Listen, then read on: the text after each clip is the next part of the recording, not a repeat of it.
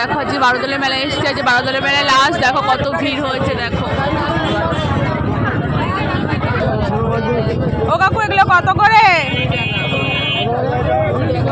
দেখো বারোদলের মেলায় বেশি বসেছে সাপ, কে কে নেবে?